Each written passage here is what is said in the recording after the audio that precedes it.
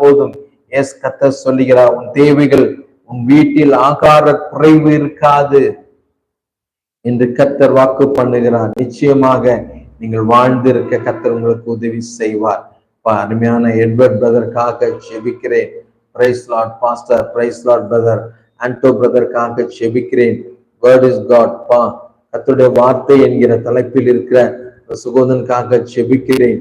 என்னோடு கூட இணைந்து இருக்கிற உங்க பேரை நீங்கள் மற்றும் நீங்கள் எங்க இருந்து டைப் பண்றீங்க, எங்க இருக்கிறீங்கன்றதையும் ஒரு குறிப்பிடுங்க. உங்களுக்காக நான் ஆன்லைனில் ஜெபிக்க விரும்புகிறேன். ஆமேன், ஆமேன். நான் அவர்களையும் என் மேட்டின் சுற்றுப்புறங்களையும் ஆசீர்வாதமாகி ஏற்ற காலத்தில் மழையை பெய்ய பண்ணுவேன்.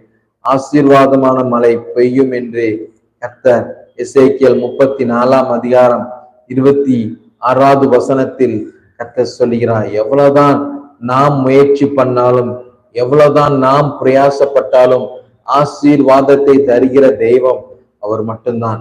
நம் வாழ்க்கையில அவர் அனுமதித்தா மட்டும்தான் நமக்கு ஆஸ்தியும் ஐஸ்வர்யமும் அவன் வீட்டில் இருக்கும். அவருடைய நீதி என்னென்றைக்கும் நிற்கும்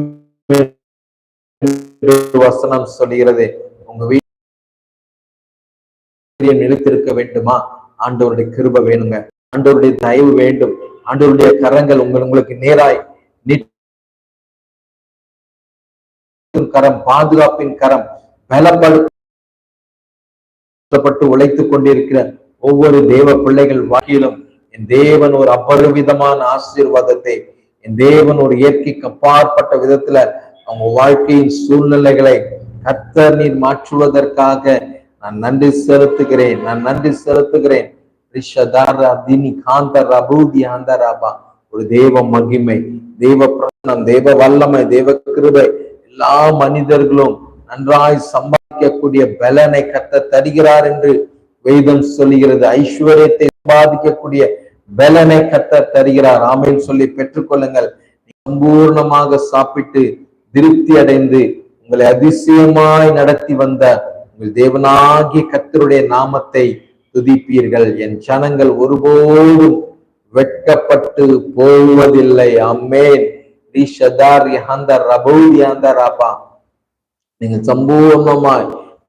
சம்பூர்ணமாய் வாழ, திருப்தியாய் வாழ கர்த்தர் உங்களை ஆசீர்வதிப்பேன் என்று வாக்கு பண்ணுகிறார். அருமையான சகோதரி ராணி சிஸ்டருக்காக நான் ஜெபிக்கிறேன். அப்பா ஸ்தோத்திரம். நன்றி, நன்றி, நன்றி. உங்க ஜெப குறிப்புகளை நீங்கள் தாராளமாய் பதிவிடலாம்.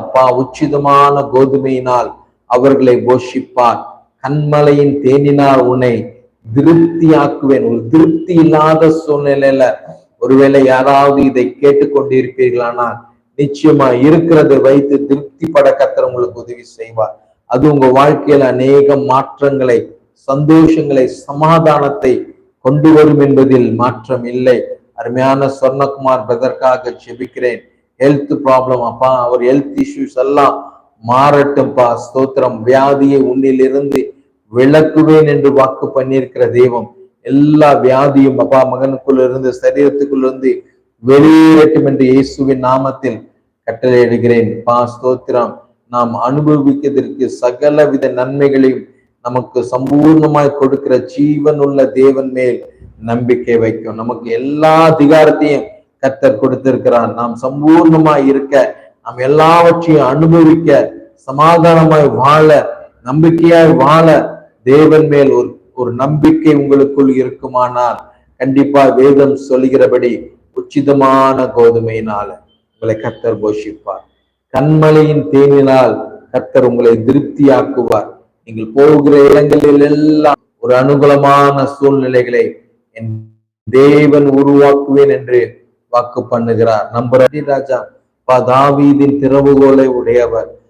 வேதம் சொல்லுகிறது, உனக்கு வானத்தின் திறவுகோலை நான் உனக்கு கொடுக்கிறேன் என்று கர்த்தர் சொல்கிறார். எனக்கு வேணும் பாஸ்டர் வானத்தின் திறவுகோல். திறவுகோல்னா உங்களுக்கு விரோதமாய் இருக்கிற பிரச்சனைகள், உங்களுக்கு விரோதமாய் பண்ணப்பட்டிருக்கிற சூழ்நிலைகள், அது மட்டுமல்லாது அடைக்கப்பட்ட வாசல்களை திறக்கக்கூடிய வல்லமையை கர்த்தர் உங்க மேல வைத்திருக்கிறார். வேதம் சொல்கிறது, நீ எதை கட்டுகிறாயோ அதை நான் பரலோகத்தில் கட்டுவேன், எதில் கட்டவிழ்கிறாயோ அதை நான் கட்டவிழ்ப்பேன் என்று கர்த்தர் சொல்கிறார், வாக்கு பண்ணுகிறார். வேதம் சொல்கிறது, என் ஜனங்கள் நான் அளிக்கும் நன்மையினால் திருப்தி ஆவார்கள் என்று கர்த்தர் சொல்கிறார். நிச்சயமாய் கர்த்தருடைய நன்மை அது ஒரு திருப்தியா